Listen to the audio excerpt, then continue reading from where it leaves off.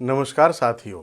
आज हम बात करेंगे उस नगरी की जिसे मंदिरों का शहर कहा जाता है, दीपों का शहर, भगवान शिव की नगरी, ज्ञान की नगरी, मोक्ष की नगरी और हमारे भारतवर्ष की धार्मिक राजधानी।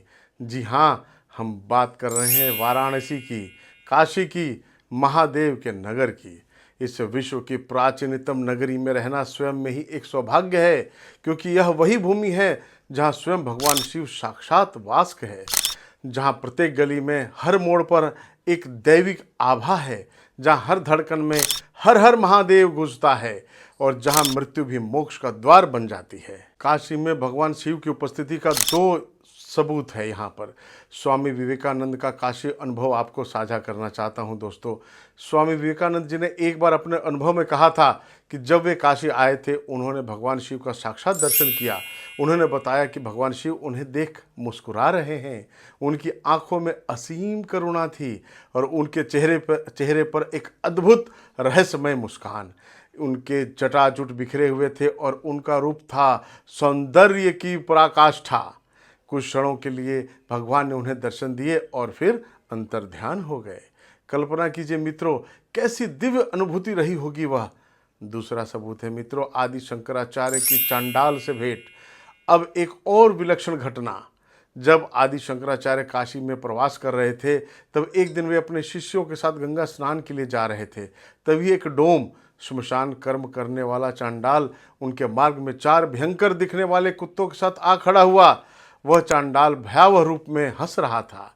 शिष्यों ने शंकराचार्य से कहा, गुरुदेव दूर हो जाइए, यह अशुद्ध है। तब उस चांडाल ने एक प्रश्न किया जिसने पूरे अद्वैत वेदांत का सार खोल दिया। वह बोला, हे शंकर, यह दूर होने की आज्ञा देह को दे रहे हो या आत्मा को?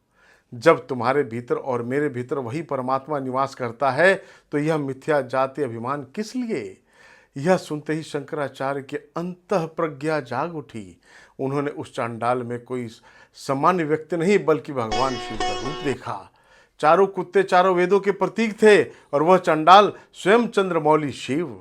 शंकराचार्य उनके चरणों में गिर पड़े और वहीं उन्हें शिव ने चंद्रमौली के रूप में साक्षात दर्शन दिए। वहीं से शिव के आदेश पर शंकराचार्य बद्रिकाश्रम गए, जहां उन्होंने ब्रह्म सूत्रों और उपनिषदों पर भाष्य लिखा और बन गए शंकराचार्य, अद्वैत वेदांत के महान प्रवर्तक।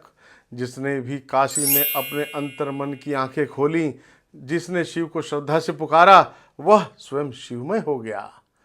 काशी केवल एक नगर नहीं, बल्कि आत्मा के उस स्थिति का नाम है जहां मैं और तू का भेद समाप्त हो जाता है, जहां केवल मैं शिव हूं, अहम ब्रह्मास्मि बनता है।